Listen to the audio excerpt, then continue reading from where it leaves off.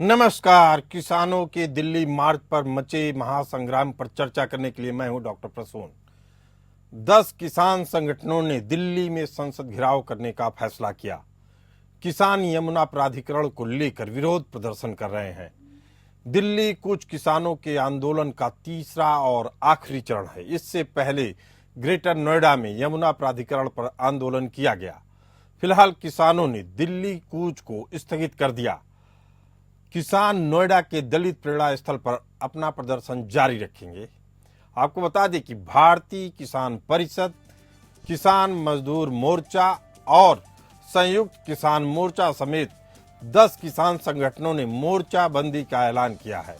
किसानों का कहना है कि गोरखपुर में बन रहे हाईवे के लिए 4 गुना मुआवजा दिया गया, जबकि गौतम बुद्ध नगर को इससे वंचित रखा गया। किसानों के मुताबिक पिछले 10 साल से सर्किल रेट भी नहीं बढ़ा है, इसे अब बढ़ाया जाना चाहिए। वहीं किसानों की प्रमुख मांगों में 10% विकसित प्लाट दिए जाने, हाई पावर कमेटी की सिफारिशों और नए भूमि अधिग्रहण कानून का लाभ दिया जाना शामिल है। किसान ये भी चाहते हैं कि भूमिहीन किसानों के बच्चों को रोजगार और पुनर्वास का लाभ दिया जाए। 10 किसान संगठनों ने दिल्ली कूच की तैयारी पूरी तरीके से कर ली है। किसानों ने साफ कर दिया है कि इस बार आर या पार की लड़ाई लड़ी जाएगी। प्राधिकरण को हमारी या तो मांग माननी होगी या फिर किसान लंबा आंदोलन चलाने के लिए मजबूर हो जाएंगे। यमुना एक्सप्रेसवे के लिए जमीन अधिग्रहण से करीब 30,000 किसान प्रभावित हुए हैं। किसानों को 10 साल से मुआवजे का इंतजार है। किसान नेता सुखबीर खलीफा ने बताया कि हम दिल्ली संसद की ओर अपने मार्च के लिए तैयार हैं। हम नए कानूनों के अनुसार अपने मुआवजे और लाभ की मांग करेंगे। किसान पुराने भूमि अधिग्रहण कानून के तहत प्लाट और बढ़े हुए मुआवजे की मांग कर रहे हैं। दिल्ली जाने वाले रास्तों पर भारी जाम लगा हुआ है। दिल्ली चिल्ला बॉर्डर पर वाहनों के पहिए थम रहे हैं। वहीं किसान दिल्ली कूच पर अड़े हैं। दिल्ली, नोएडा और चिल्ला बॉर्डर पर किसानों को रोकने के लिए पुलिस भी मुस्तैद है। आपको बता दें कि दिल्ली एनसीआर में ट्रैफिक एडवाइजरी जारी की गई है। हेल्पलाइन नंबर भी जारी किए गए हैं, लेकिन अभी भी जाम से पूरी तरीके से निजात नहीं मिल पाया है। किसानों के ऐलान के बाद नोएडा और दिल्ली पुलिस अलर्ट हो गई है और बॉर्डर पर सतर्कता बरती जा रही है। दिल्ली नोएडा बॉर्डर पर जगह जगह बैरिकेड्स लगा दिए गए। कई किसान नेताओं को नजरबंद किया जा रहा है। नोएडा और दिल्ली पुलिस ने समन्वय स्थापित किया है आपस में। किसानों की प्रस्तावित मार्च को देखते हुए गौतम बुद्ध नगर ने ट्रैफिक एडवाइजरी जारी की। एडवाइजरी के मुताबिक यात्रियों को सलाह दी गई है कि वे मेट्रो रेल सेवा का अधिक से अधिक प्रयोग करें। यमुना एक्सप्रेसवे से ग्रेटर नोएडा एक्सप्रेसवे से होकर दिल्ली जाने वाले रास्तों पर मालवाहक वाहनों की एंट्री बैन कर दी गई है। यातायात से संबंधित किसी भी असुविधा के लिए हेल्पलाइन नंबर 9971009001 भी जारी किया गया है। दिल्ली बॉर्डर से लगी गौतम बुद्ध नगर के सभी बॉर्डर पर बैरियर लगाकर सघन चेकिंग भी की जा रही है। आपको बता दें कि हालात ऐसे बन चुके हैं कि किसी के पास कोई उपाय नहीं दिख रहा है। सबको लग रहा है कि आखिर यह कब इससे निजात मिलेगी। हरियाणा के कृषि मंत्री श्याम सिंह राणा ने खरी सुनाई है किसान आंदोलनकारियों को। उनका कहना है कि उनके पास कोई मुद्दा नहीं है। पिछले किसान आंदोलन में एक मुद्दा था 3 कृषि कानून। उन 3 कानूनों को बाद में पीएम नरेंद्र मोदी ने निरस्त कर दिया और उन्होंने उनसे माफी भी मांगी। किसान आंदोलन से पंजाब को भारी नुकसान हुआ। पंजाब से चावल मिल उद्योग बिहार और एमपी चले गए। हम किसी को भी हरियाणा में कानून व्यवस्था की स्थिति से खिलवाड़ नहीं करने देंगे। उन्हें अपने मुख्यमंत्री योगी से बात करनी चाहिए और अपनी समस्याओं का समाधान कराना चाहिए। उनका कहना था साफ कि दिल्ली को बंधक बना के रखने वाली यह प्रवृत्ति खत्म होनी चाहिए।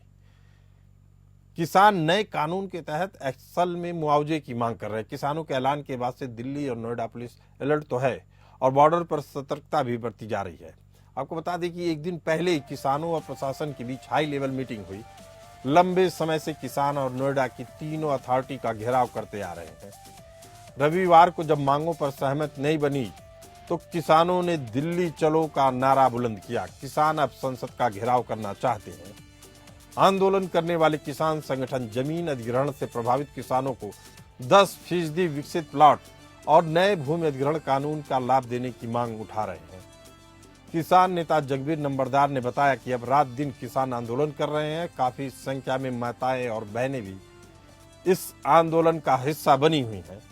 किसान नेता जगबीर नंबरदार ने कहा कि अगर यहाँ कोई समाधान नहीं होता है तो दिल्ली में प्रधानमंत्री नरेंद्र मोदी तक बात पहुंचाने के लिए कूच किया जाएगा, लेकिन इंसाफ की लड़ाई अंतिम सांस तक लड़ी जाएगी। इसी मुद्दे पर चर्चा करने के लिए मौजूद है हमारे साथ किसान नेता राजेंद्र यादव जी, राष्ट्रीय अध्यक्ष हैं भारतीय किसान संगठन के और राजनीतिक विश्लेषक के तौर पे जुड़ रहे हैं हमारे साथ हरिमोहन कौशिक जी। आप दोनों मेहमानों का बहुत स्वागत है। राजेंद्र यादव जी, आप लोग लगातार किसानों के हक की लड़ाई लड़ते आ रहे हैं। असल में यह मुद्दा केवल नोएडा के किसानों की मांग है या पूरे प्रदेश के किसानों की? मुद्दा क्या है? देखिए, मैं आपको बता दूं कि अभी जैसे आपने बात करी थी, तो अभी आज का जो दिल्ली घेराव का प्रोग्राम था वो सिर्फ गौतम बुद्ध नगर के किसानों की मांगों को लेकर हुआ था जी। और ये बहुत लंबे समय से हम लोग जो है बैठे हुए हैं, धरनारत हैं हम लोग लगातार। और तब भी हम बड़े लंबे समय तक जो हम लोग धरना करते हैं, प्रदर्शन करते हैं, तो सरकार की तरफ से सिर्फ हमें आश्वासन दिया जाता है। वो आश्वासन देकर भी सरकार भूल जाती है। फिर हम दोबारा से जाते हैं कि राजेंद्र यादव जी, एक चीज हमारे दर्शक जानना चाहते हैं कि आपकी मांगे क्या हैं, आप अपने मुंह से बताइए।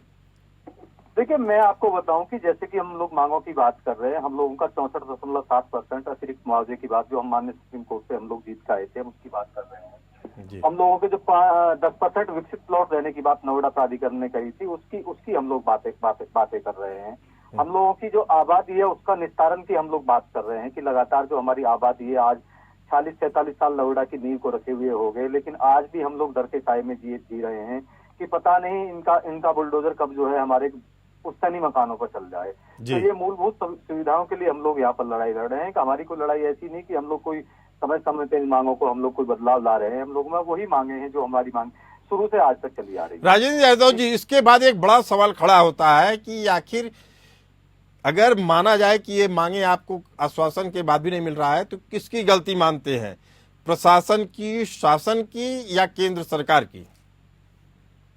देखिए, मैं आपको बता दूं कि इसमें आपको मैं बता देता हूं कि इसमें शासन, प्रशासन और उत्तर प्रदेश सरकार भी और ये भी कह सकते हैं केंद्र सरकार भी इसमें इन्वॉल्व है, क्योंकि हम लोग जो है वो एनसीआर के अंतर्गत आते हैं। तो एनसीआर में कहीं ना कहीं हिस्सेदारी सेंट्रल गवर्नमेंट की भी होती है। तो इसलिए हम लोग जब मूव करने की बात करते हैं, दिल्ली जाने की बात हम लोग करते हैं, तो उसका एक बहुत बड़ा कारण है क्योंकि हम लोग एनसीआर का हिस्सा हैं। तो हमारी बहुत सारी एक एनसीआर कमेटी होती है, उसमें कई राज्यों के जो मुख्यमंत्री है वो है और सेंट्रल गवर्नमेंट के कई उच्च अधिकारी इसमें इन्वॉल्व होते हैं। तो इसलिए हम लोग जो दिल्ली की जाने की बात जो करते हैं इसलिए करते हैं। केंद्र सरकार भी चाहे तो हमारी समस्याओं का समाधान हो सकता है, उत्तर प्रदेश सरकार चाहे तो वो भी हमारी समस्याओं का समाधान कर सकता है, जिला प्रशासन चाहे तो वो भी कर सकता है, लेकिन इनकी सबकी मंशा जो है वो खराब है। किसानों के प्रति किसी की भी मंशा जो है बहुत अच्छी नहीं है, क्योंकि आपने आप लोगों की एक दिन पहले तक प्रशासन से लगातार अपनी मांगों को लेकर चर्चा होती रही, बात कहाँ बिगड़ती है राजेंद्र यादव जी, हमारे दर्शक जानना चाहते हैं। देखिए, मैं आपको बताऊं, एक दिन पहले की चर्चा की अगर हम लोग बात करें तो एक दिन पहले पे ही ना आए हम 25 तारीख पे चले जाएं। 25 तारीख पे किसानों ने ग्रेटर नोएडा विकास प्राधिकरण पर बहुत बड़ा क्या कहते हैं आंदोलन किया था, महापंचायत करी थी। उसमें बहुत सारी बातों पे जो है सरकार, स्थानीय प्रशासन से और प्राधिकरण की तरफ से एक बात आई थी कि हम आपकी बातों पे बहुत जल्द जो है काम करना शुरू कर देंगे। तो वहां से आके जब एक दिन पहले उन लोगों ने कोई काम नहीं किया, उसके बावजूद हम लोगों ने कहा था कि हम 2 तारीख को दिल्ली कूच की बात करेंगे। जब दिल्ली कूच की बात करने लगते हैं तो आनंद फानन में एक मीटिंग बुलाते हैं। मीटिंग में सिर्फ वही बातें होती है, पुरानी बातें होती हैं कि आप जो ये जो प्रोग्राम है इसको कैंसिल कर दीजिएगा। हम लोग इस पे एक हाई पावर कमेटी बनाई है, उसकी जो रिपोर्ट है उसको लागू करेंगे। वो आज तक समझ में नहीं आई हाई पावर कमेटी कहाँ चलेगी, क्या रिपोर्ट उसकी आई है, क्या चीज ऐसी नहीं आई है, क्योंकि ये कमेटियां ये मौलिक अधिकार की बात है। राजेंद्र जी, जो मैंने आप मांगों में देखा किसान संगठनों की मांगों में, उसमें ये भी है कि हाई पावर की सिफारिशों को लागू किया जाए। आप कह रहे हैं आपको मालूम ही नहीं कि रिपोर्ट में क्या आया है। मैं वही चीज मैं कह रहा हूँ कि जब हाई पावर कमेटी आप लोगों ने बना दी है तो उसे उसे एक तो सार्वजनिक कर दो, सार्वजनिक करने के बाद उसे लागू कर दो। आपको लगता है किसानों की समस्याओं का समाधान उसके अंदर है तो उसे आप लागू क्यों नहीं करते हो? तो ये अपने आप में बड़ी बड़ी बड़ी बातें हैं। उसी की लड़ाई है कि जो चीज आप कहते हो, क्योंकि किसानों से आप जो कहते हो किसान उस बात को मांग लेते हैं। बहुत ठीक। लंबे समय बाद जो है जब इनसे हम दोबारा बात करते हैं तो ये अपने आप में एक नई नई चीज जो है हमारे सामने खड़ी कर देते हैं। अब इसमें एक चीज बताइए कि किसान जब बहुत लंबे समय से, यहाँ तक कि माननीय सुप्रीम कोर्ट से भी हम लोग जीत चुके हैं, अपने 10% की बात कर रहे हैं, हम जो 10% विकसित प्लॉट देने की बात कर रहे हैं वो हम जीते हुए बात कर रहे हैं, और 64.7% जो अतिरिक्त मुआवजा देने की बात है वो भी हम माननीय सुप्रीम कोर्ट से कहते हैं जीते हुए हैं, हम उसको लेने की बात कर रहे हैं। उसके बावजूद भी कहाँ जाके दरवाजे खटखटाए, हम सिर्फ इतनी बात कर रहे हैं।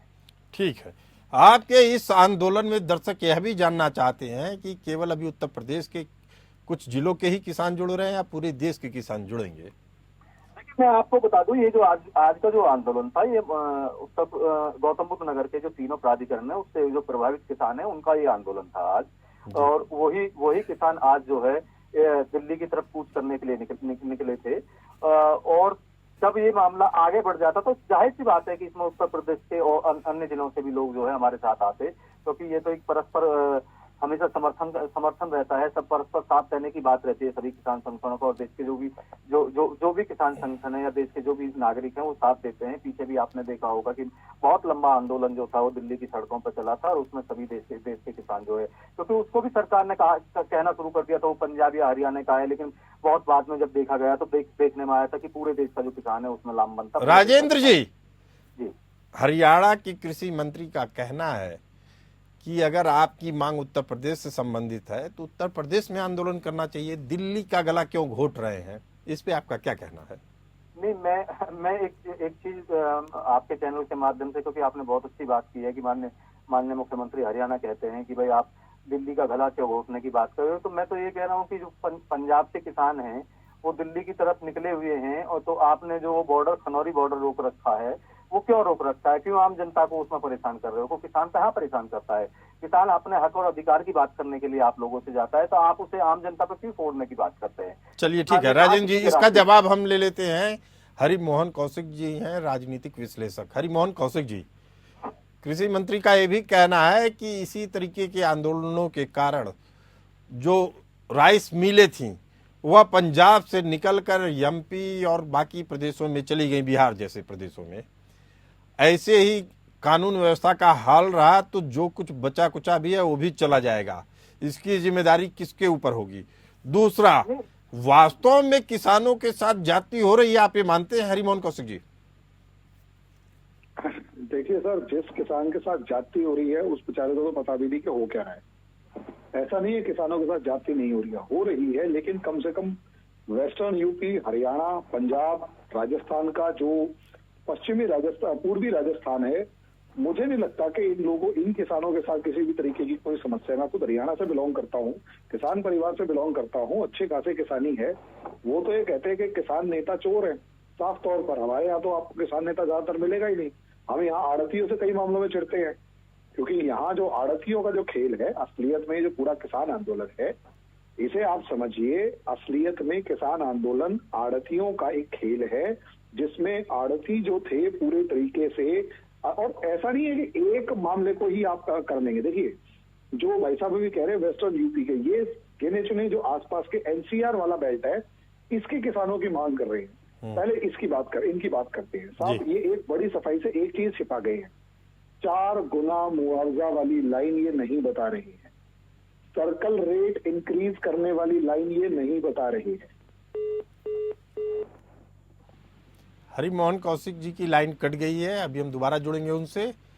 राजेंद्र यादव जी, आपने 2 बातें छुपा ली जो कह रहे हैं 4 गुना मुआवजे वाली बात तो आपने बोली ही नहीं। ऐसा है कि ये जो हमारे साथी थे कि उनको शायद जानकारी का अभाव रहा है उसमें।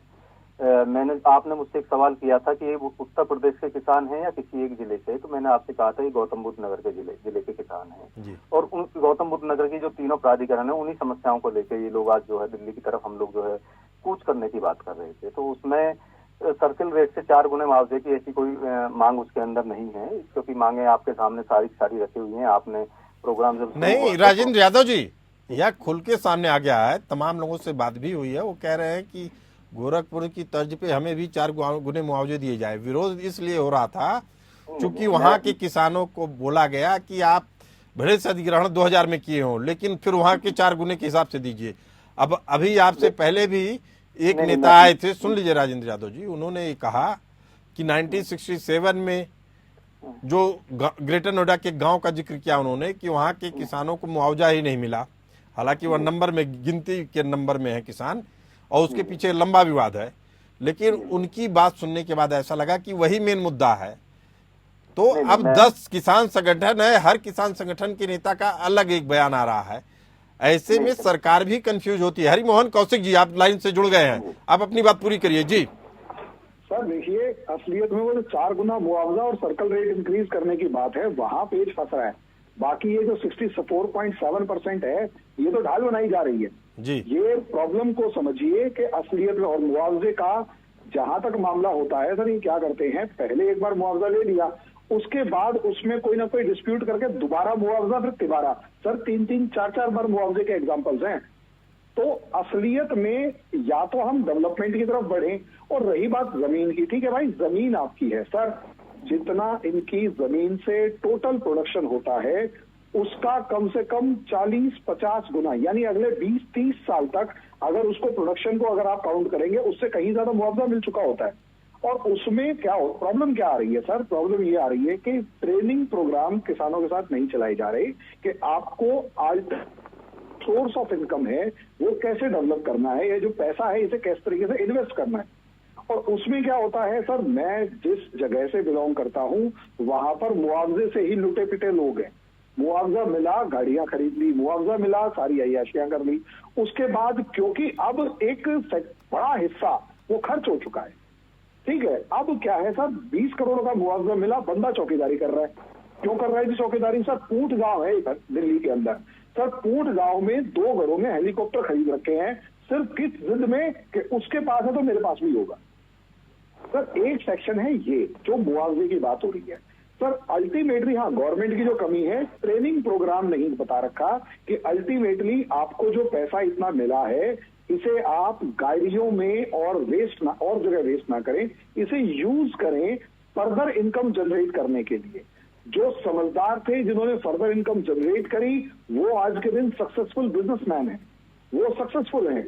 अब वही वाली बात है, जो उसको यूटिलाइज नहीं कर पाए, कहीं और काम नहीं कर पाए, तो ऑब्वियस सी बात है वो बंद। हरिमोहन कौशिक जी, मैं आपकी बातों से पूरी तरीके से 100% सहमत हूं, लेकिन एक बड़ा सवाल उठता है, जब अवैध बस्तियों के निवासियों को आप पुनर्वास के नाम पे घर देते हैं, न उनकी जमीन होती है, न उनका मकान होता है, न दुकान होती है, वो अवैध कब्जा करके आते हैं, लेकिन पुनर्वास के नाम पे उनको छोटा घर देते हैं। लेकिन जब किसान की जमीन ले रहे हैं, और किसान भी हमारे ही भाई हैं, तो आप उनको पुनर्वास के लिए क्या योजना होगी? मान लिया मैंने आपकी बात की, ठीक है, किसान अनपढ़ हैं या अपने आप को वित्तीय तरीके से, वित्तीय जो समझ होनी चाहिए वह वित्तीय समझ नहीं है उनके पास, लेकिन इसकी जिम्मेदारी भी तो सरकार के पास होनी चाहिए कि अगर उनकी जमीन से हटाया जाएगा तो उनका पुनर्वास कैसे होगा, ये भी एक बड़ी मांग है। सर इसमें देखिए क्या होता है कि 10% जमीन की जो बात कर रहे हैं, जिस जगह पर जमीन ली जाती है उसी में से एक हिस्सा किसान के लिए छोड़ दिया जाता है कि जब ये पूरा टेरिटरी या इलाका डेवलप होगा तो उसके अंदर आपको भी बेनिफिट्स मिलेंगे जी। दूसरा सर क्या होता है ना, इस चीज को अगर हम देखें कि पुनर्वास की बात, देखिए कौन सा जस्टिफिकेशन ऐसा है कि जब किसी झुग्गी झोपड़ी को हटाया जाता है तो उसको, मतलब वो कह रहे हैं मजबूरी में दे रहे हैं, खुश होके नहीं दे रहे, लेकिन उसको अपोज करना होता है कि भाई ठीक है, हम बार बार इन झुग्गियों को भी पुनर्वास के नाम पर इतनी प्रॉपर्टीज नहीं देते क्योंकि सारा उसमें घपलेबाजी हो रही है, हमें उस पर सर अगर उस पर जाएंगे तो उलझ जाएंगे। किसान हमारे भाई हैं, इसमें कोई दो राय नहीं, लेकिन प्रॉब्लम ये है कि इनका यहाँ पर जो नेता है, मुझे इनसे शिकायत है, सरकार से शिकायत है कि उनको फाइनेंशियल ट्रेनिंग नहीं दी गई, उनको फाइनेंशियल समझ विकसित नहीं की गई, उसका वहां पर काम करना जरूरी है। इन नेताओं को कटघरे में इसलिए खड़ा कर रहे हैं क्योंकि ये नेता अपने उनके जो इनके पीछे किसान खड़े हुए हैं उनको मिसगाइड कर रहे हैं, और उससे बड़ी प्रॉब्लम, हर किसान यूनियन की अपनी अलग डिमांड है और सर इस हद तक डिमांड है कि 20 किसान यूनियन नरेंद्र तोमर जी के सामने खड़ी हुई थी और 20 के 20 किसान यूनियनों की डिमांड इतनी ज्यादा कॉन्ट्राडिक्टरी थी कि अगर एक की डिमांड मानते हैं तो दूसरा जो है वो गुस्से में आ जाए, वो नाराज हो जाता है, और दूसरे की डिमांड मानेंगे तो पहला नाराज हो जाएगा। तो प्रॉब्लम ये कॉमन सिस्टम नहीं है। और अभी भी अगर आप देखते हैं तो जो अभी नोएडा से किसान जा रहे हैं, इनकी डिमांड क्या है? मुआवजा। जो पंजाब और हरियाणा के किसान आने का दावा ठोक रहे हैं, उनकी डिमांड क्या है सर? उनकी डिमांड है एमएसपी, मिनिमम सपोर्ट प्राइस। इनमें से कोई भी एमएसपी नहीं मांग रहा। इनसे एमएसपी मांग रहे हैं कौन? पंजाब हरियाणा वाले किसान। अच्छा, उसमें भी पंजाब वाले किसान जो वो तो ये कह रहे हैं कुछ भी एमएसपी कोई भी प्रोडक्शन का कोई भी सामान प्रोड्यूस करें उस पर एमएसपी दे दो, और हरियाणा वाले कह रहे हैं कि हमारे को इन चीजों पे दे दो। तो सर इतनी कॉन्ट्राडिक्टेड डिमांड्स है कि अच्छा वहीं अगर वेस्टर्न यूपी का गन्ना उगाने वाला किसान है, अगर उसकी बात करोगे तो उसे गेहूं से मतलब ही नहीं है। तो और सबसे बड़ी बात, इन्हें अपनी राज्य सरकारों से पहले मांग करनी चाहिए। अभी तक ये समझ में नहीं आ रहा कि पंजाब सरकार से क्या डिमांड करी पंजाब के किसानों ने, हरियाणा सरकार से हरियाणा के किसानों ने मांग करी, उन्होंने 26 के ऊपर एमएसपी दे दिया। चलिए ठीक है हरिमोहन कौशिक जी, अब जवाब ले लेते हैं राजेंद्र यादव जी से। राजेंद्र यादव जी, देश भर के किसान हैं, उनकी अलग अलग समस्याएं हैं, लेकिन दिक्कत ये है कि जो हरिमोहन कौशिक जी भी कह रहे हैं और ज्यादातर लोगों का मानना भी है कि आप स्थानीय मुद्दों को ऐसे राजनीतिक रूप से गढ़ते हैं जिससे लगता है कि यह देशव्यापी समस्या है और असल में जो मुद्दे होते हैं किसानों के वो पीछे छूट जाते हैं और असल में इन किसानों का राजनीतिकरण किया जा रहा है। राजेंद्र यादव जी, देखिए इसमें क्या है कि इसमें व्यक्तिगत सोच आदमी की हो सकती है, उसके बारे में तो देखो व्यक्तिगत सोच आदमी क्या रखता है उसमें मैं नहीं कह सकता हूँ, क्योंकि हो सकता है अभी हमारे साथी कह रहे थे कि मैं किसान परिवार से हूँ, लेकिन वो फिर किसान परिवार के बारे में बड़े अच्छे शब्द नहीं बोल रहे थे, अब तक वो बोलने का काम कर रहे थे। नहीं, वो कोई खराब शब्द नहीं बोले राजेंद्र यादव जी, इस बारे में मैं बता रहा हूँ आपको कि दूसरी बात ये होती है कि मैंने शुरू में ही ये चीज कही थी कि दो चीजों को एक साथ मिलाया जा रहा है कि आज की जो हम दिल्ली कूच की बात कर रहे हैं वो सिर्फ गौतम बुद्ध नगर के किसानों की बात थी, और गौतम बुद्ध के किसान जो है वो ऐसी कोई मांग नहीं कर रहे थे मुआवजे से अतिरिक्त 4 गुने की, कोई मतलब सर्कल रेट से 4 गुने की कोई मांग उसमें नहीं थी। राजेंद्र यादव जी, यही तो सवाल है। हरिमोहन कौशिक जी बड़ा सही टॉपिक उठाए हैं। उन्होंने कहा जितने संगठन है 10 हैं तो 10 अलग अलग मांगे, कई बार तो कंट्राडिक्टरी है, आपस में अंतर विरोध है। मैं वही मैं आ रहा हूँ, मैं आपको बता रहा हूँ कि जैसे 25 तारीख को हम लोगों ने एक मीटिंग करी थी ग्रेट नोएडा विकास प्राधिकरण पर, उसमें जितने भी यहाँ पर स्थानीय संगठन थे या जो भी संगठन यहाँ पर किसानों के प्रति मूवमेंट करते थे वो सारे के सारे एक साथ हुए, एक साथ लामबंद होने के बाद उन्होंने एक जो है ज्ञापन जो है वो सौंपा नोएडा ग्रेट नोएडा के अंदर कि हम इन मुद्दों पर सिर्फ बात करने चाह रहे हैं। जब सारे के सारे संगठन एक साथ आके एक मुद्दा देते हैं, सामूहिक रूप से एक बिंदु देते हैं कि हम इन बिंदुओं पर बात करना चाहते हैं, हम इन बिंदुओं को इनकी समस्या का समाधान कराने की बात करना चाहते हैं, तो फिर उसमें अलग संगठन या अलग नेताओं की बात कहाँ से आ गई। दूसरी बात आती है कि अभी राजेंद्र यादव जी, चूंकि अभी जो मांगे हैं हमने अपने ग्राफिक्स के जरिए भी दिखाया है, किसान संगठनों के नेताओं से, आप जैसे राष्ट्रीय अध्यक्ष हैं जैसे वैसे उन लोगों से भी बात करके ही उन मांगों को क्रमवार डाला गया है। 5 प्रमुख मांगे हैं। तो ये जो आप मांगे कह रहे हैं, हो सकता है कि आपका नजरिया ठीक है, आप जो बात कह रहे हैं आपके लिए ठीक है, आपके संगठन के लिए, लेकिन दूसरे संगठनों की मांग से आप कैसे इनकार कर सकते हैं? और फिर सरकार के लिए भी यथास्थिति बनाए रखना बड़ा मुश्किल होता है, समझ में नहीं आता है कि किससे बात करना है। मैं वही आपको स्पष्ट कर रहा हूँ, मैं वही चीजें आपको कह रहा हूँ कि जब हम लोगों ने एक साथ जो है जो संगठन है वो अपनी अलग अलग मांग रख सकते हैं, मैं आपकी बात बिल्कुल मान रहा हूँ, लेकिन आप यहाँ भी मानिए कि हम लोगों ने एक साथ इकट्ठे होकर एक बैनर के नीचे हम लोगों ने कहा है कि हमारे सबकी कॉमन मांगे ये हैं, इन समस्याओं का आप समाधान करा दो। तो इसमें तो ये आप यमुना प्राधिकरण के अधिकारियों से बात किए थे? नहीं, मैं कह रहा हूँ कि इसमें ग्रेट नोएडा प्राधिकरण के अधिकारियों से बात हुई है, जिलाधिकारी से बात हुई है, ग्रेट नोएडा विकास प्राधिकरण के अधिकारियों से बात हुई है, इसमें यमुना प्राधिकरण के अधिकारियों। चलिए ठीक है, हरिमोहन कौशिक जी 30 सेकंड में चाहूंगा आपका जवाब जी। सर, इसमें हिडन पॉलिटिकल एजेंडा को नहीं भूलना चाहिए, और ये hidden political agenda 2027 UP elections और 2029 दिल्ली इलेक्शंस जो लोकसभा इलेक्शंस हैं उनकी तैयारी के रूप में अगर आप देखोगे तो आपको समझ में आ जाएगा कि 2019 के अंदर भी यहीं से शुरू किया गया था और 2024 में भी यहीं से शुरू किया जा रहा है, और अल्टीमेटली अलग अलग सेक्शंस को अलग अलग तरीके से मूवमेंट में उलझाए रखना है, दिल्ली को बंधक बनाए रखना है। दिल्ली को बंधक बनाए रखना। लेकिन राजेंद्र यादव जी, इतना तो आप भी मानेंगे कि इस धारणा को तोड़ने की जिम्मेदारी आप ही लोगों के ऊपर है। किसानों का भला हो, किसानों के हित साधे जाए। धारणा तोड़ने की बात ही कर रहा हूँ कि जब ये एक चीज मेरे दिमाग में कोई घुस गई गलत तरीके से, तो उसको राजेंद्र यादव जी, आप इस धारणा को तोड़ सकते हैं, किसानों को जागरूक कर सकते हैं, उनके हक की लड़ाई लड़ रहे हैं, इसके लिए आप बधाई के पात्र हैं। लेकिन राजेंद्र यादव जी, ये चीज भी समझनी होगी कि दिल्ली का गला घोटने से कुछ हासिल नहीं होने वाला। इस चर्चा में आप दोनों खास मेहमान बने रहे, आप दोनों का बहुत बहुत धन्यवाद। फिलहाल इस चर्चा में इतना ही, हमें दीजिए इजाजत, चलते रहिए एपीएन न्यूज के साथ।